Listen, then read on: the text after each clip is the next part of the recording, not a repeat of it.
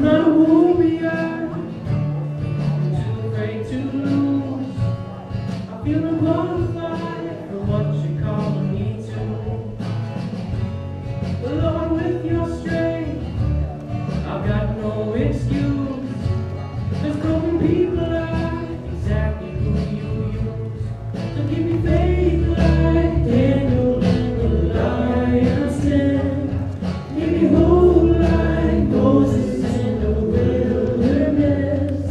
Give me a heart like David, Lord, be my defense. So I can face my giants with confidence.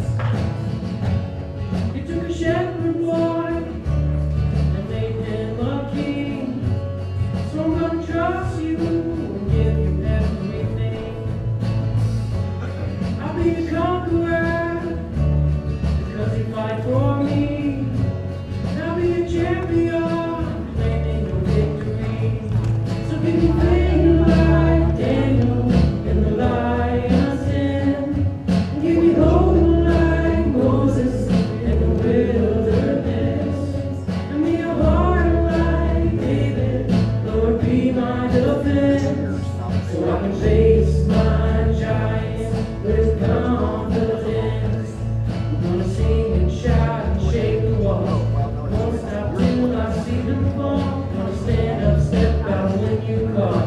Jesus, Jesus. I'm gonna sing and shout and shake the walls. Won't stop till I see them fall. Gonna stand up, step out when you call. Jesus. Give me faith like Daniel in the lion's den. And give me hope like Moses in the wilderness. Give me a heart like David, Lord, be my defense. So I can face my giants with confidence.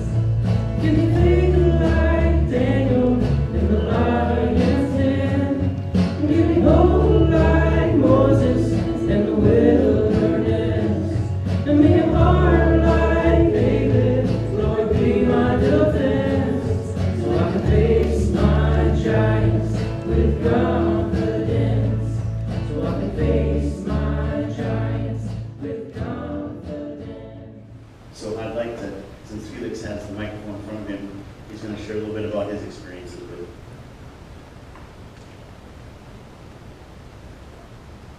So, there's not really much I can say about camp, because to be able to experience it, you had to have been there. As you can see in some of the pictures, we've made friends there, people in our community. This is from 6 of us, the 3 of us that you don't recognize, Abby, who's blonde, Connor on the left, and Erica sitting down in the middle, kind of. They're friends we made from Mile 2 last year. We got to see them again at the high school gathering. Now, I personally think the connections we make are really special there at camp. That's why I've enjoyed it so much. Yeah, sure, they always teach us helpful things about God. They help us find our faith. But it's really all about the people that you meet there. It's those connections through community. And that's really what we were doing at the high school gathering with the team of All Tied Up in Knots. We were talking about untying our own knots and our own personal problems and strengthening those that bond us to the community. And so camp is really where I saw God for the first time, the Spirit working through other people. And I'd really like to go back as much as I can and help other people experience that too. I've not only met the best friends of my lifetime, but I have also learned to be a leader. Since Mile 2, I have volunteered with the middle school gathering as a small group leader and part of the band. At the high school gathering, we were only able to help out with the band, but I want to take this leadership experience to the next level. I want to do great things, and I am willing to answer any questions that you might have today or in the future.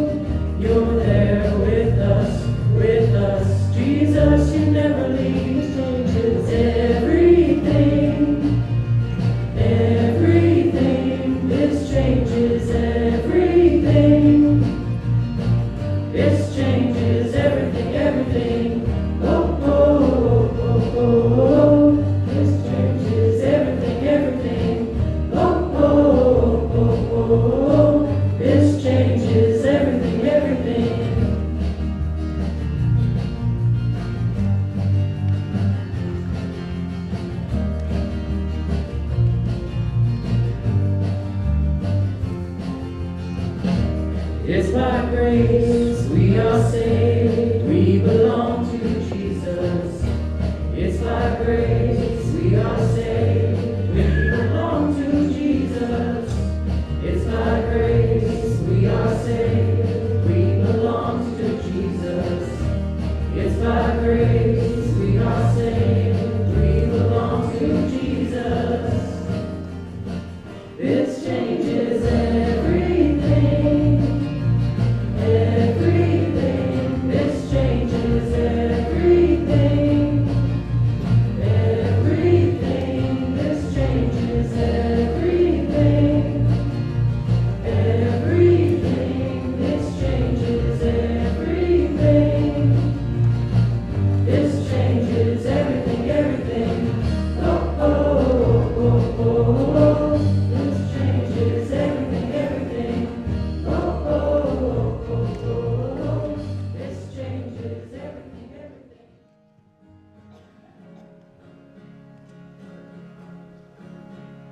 I will feast at the table of the Lord.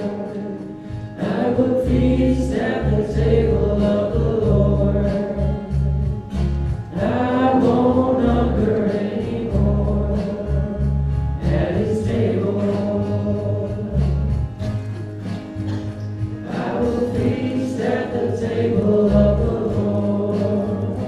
I will feast at the table of the Lord. I won't hunger anymore at his table. Come all you weary, come and find. His yoke is easy, his burden light. He is able, he will restore at the table of the Lord. There is peace at the table of the Lord. There is peace at the table of the Lord. I won't worry anymore at his table. There is healing at the table of the Lord. There is healing at the table of the Lord. Oh, and I won't suffer anymore at his table. Oh, at his table. Come all you weary, come and find. His yoke is easy, his burden light. He is able, he will restore at the table of the Lord.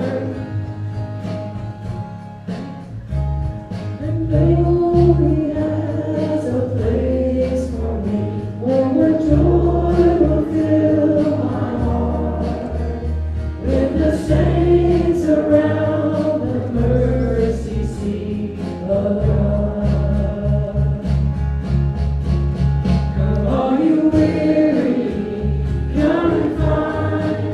His yoke is easy, his burden light.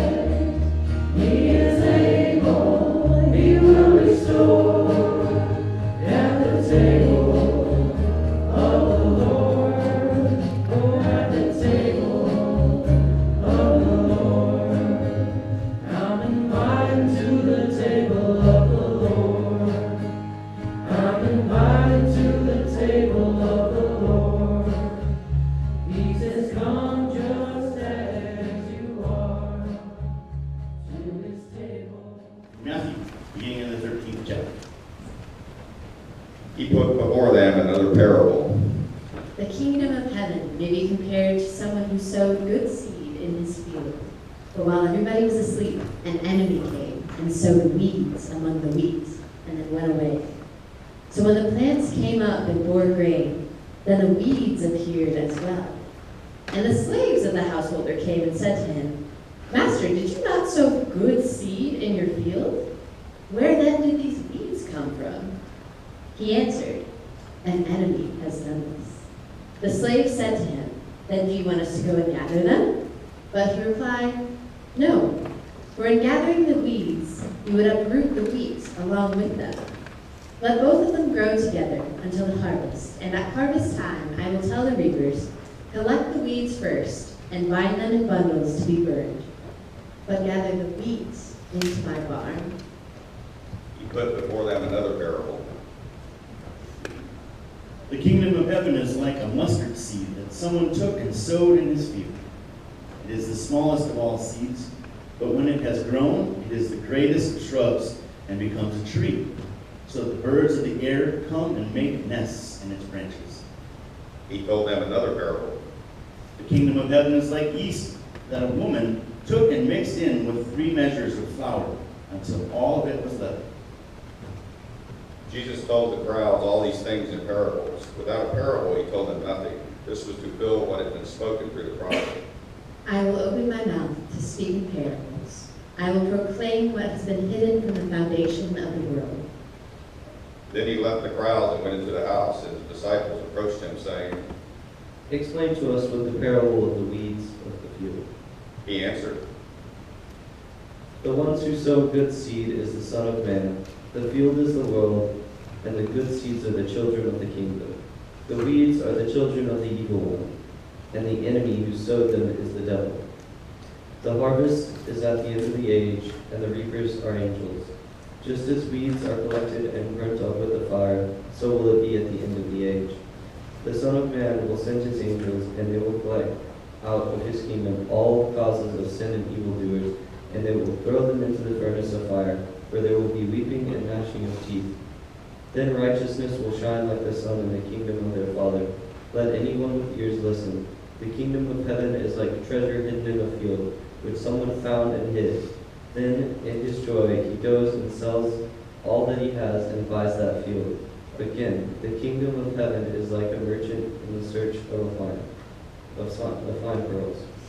On finding one pearl of great value, he went and sold all that he had and bought it. The parable of the wheat and the weeds is one of my favorites. And I remember the first time I preached on it, I told this story from my childhood. And it goes like this. When we first moved to Amarillo, Mom and Dad decided that they wanted to plant a rather large vegetable garden in our backyard. And we did. After a couple of weeks, the vegetables planted in neat, even rows began to peek up through the dirt.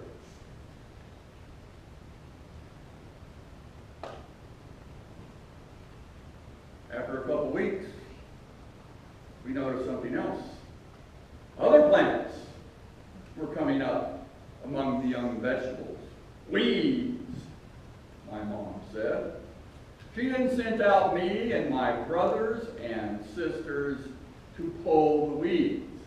And I was sent to the part of the garden where the radishes were coming up. And I began to enthusiastically weed the area where the radishes were. And all of a sudden I heard, "Stop!" Apparently there were not a few radishes among the weeds that I had pulled. Now I was unable to discern a difference between a weed and a radish. So both got caught up in our anti-weed campaign. Yet, to leave both in the garden meant that soon the plants we wanted would be lost amid the plants we didn't want. And we would see few, if any, healthy vegetables from such a garden. Now I refer you back to the parable of the weeds and the wheat. The weeds and the wheat were coming up together. Some evil person had planted weeds. I think you know as well as I do that weeds tend to come up whether an evil person does it or not. In fact, they are much healthier, it seems, and take much less tending than do the plants that you actually want, don't they? So, In the explanation to the parable, Jesus says that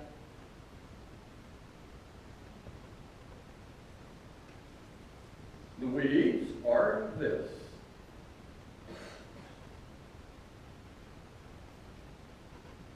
The good seed are what? The children of the kingdom.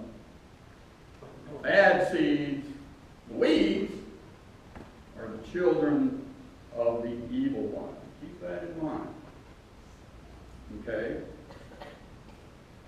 Now, of course, most Christians, and I suppose most who are sitting here this morning, consider themselves rather healthy radishes, right? Healthy radishes being crowded out by the all too abundant weeds that are out there in the world.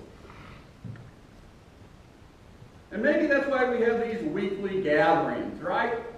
So it gives us an opportunity to get away from the weeds. So enjoy some time with other healthy radishes. Soon enough, this will end and we'll have to charge back out to the garden again. Rub elbows with all manner of weeds. Now, many more than just people of faith have heard this parable of the wheat and the weeds.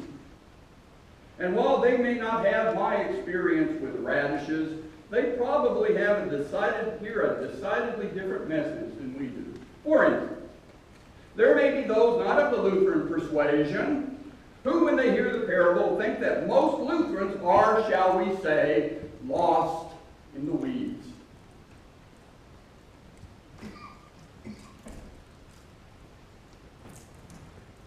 And there are Lutherans who think those Lutherans in the ELCA look more like weeds than radishes. Now, our politics here lately in this country seem to have spawned its own breed of weed pullers. Ardent radishes not wanting to abide the presence of those weeds who might tend to disagree with them.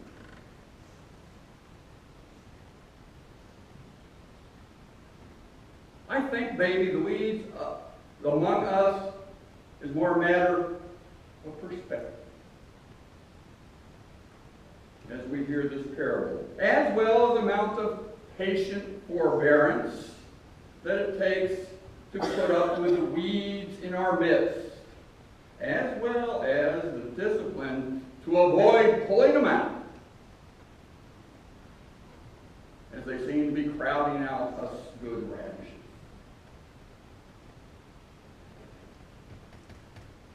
Many, many years ago, ladies and gentlemen, in a part of the world which later became the cradle of civilization, abundant fields of a certain kind of wheat began to appear in which the seeds were quite edible. It didn't take long before someone would grind those seeds into flour, add water and leaven, bake it, slice it, put ham and cheese in it, and call it a sandwich.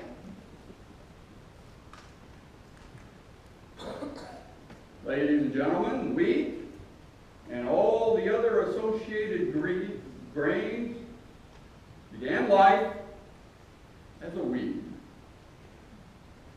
as did all those flowers that you tend in your garden, all those vegetables you plant. All were at one time weeds.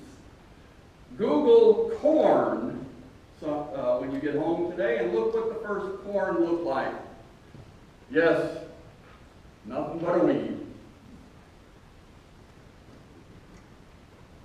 A weed then, ladies and gentlemen. It is a weed until us humans begin to tend it, cultivate it, and either eat it or display it for the beauty of its flowers. How many of us here today, our house is covered with weeds that we call houseplants?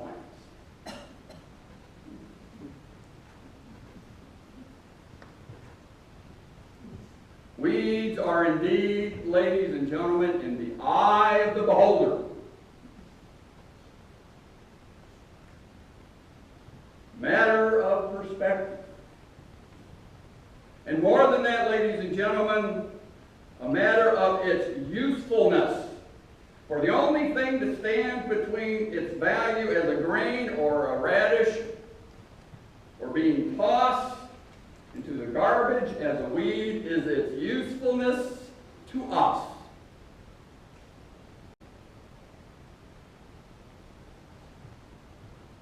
How many times have humans taught to cultivate God's garden by eliminating the weeds? Because somehow we looked around and saw those weeds being less useful to us. Ladies and gentlemen, there is within each one of us weed and wheat, or radish,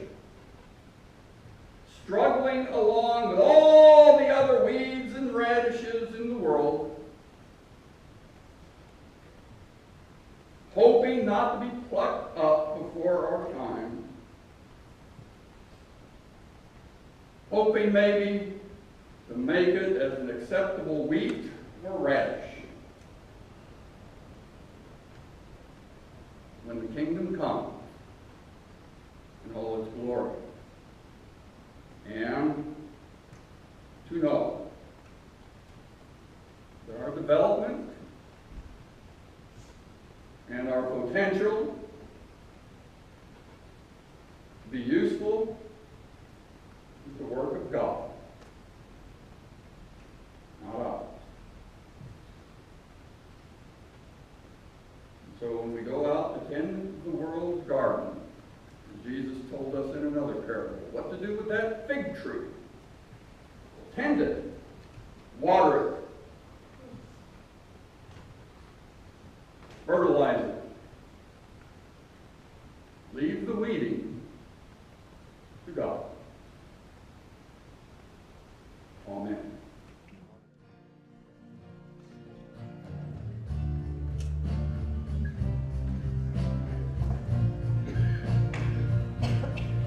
When you have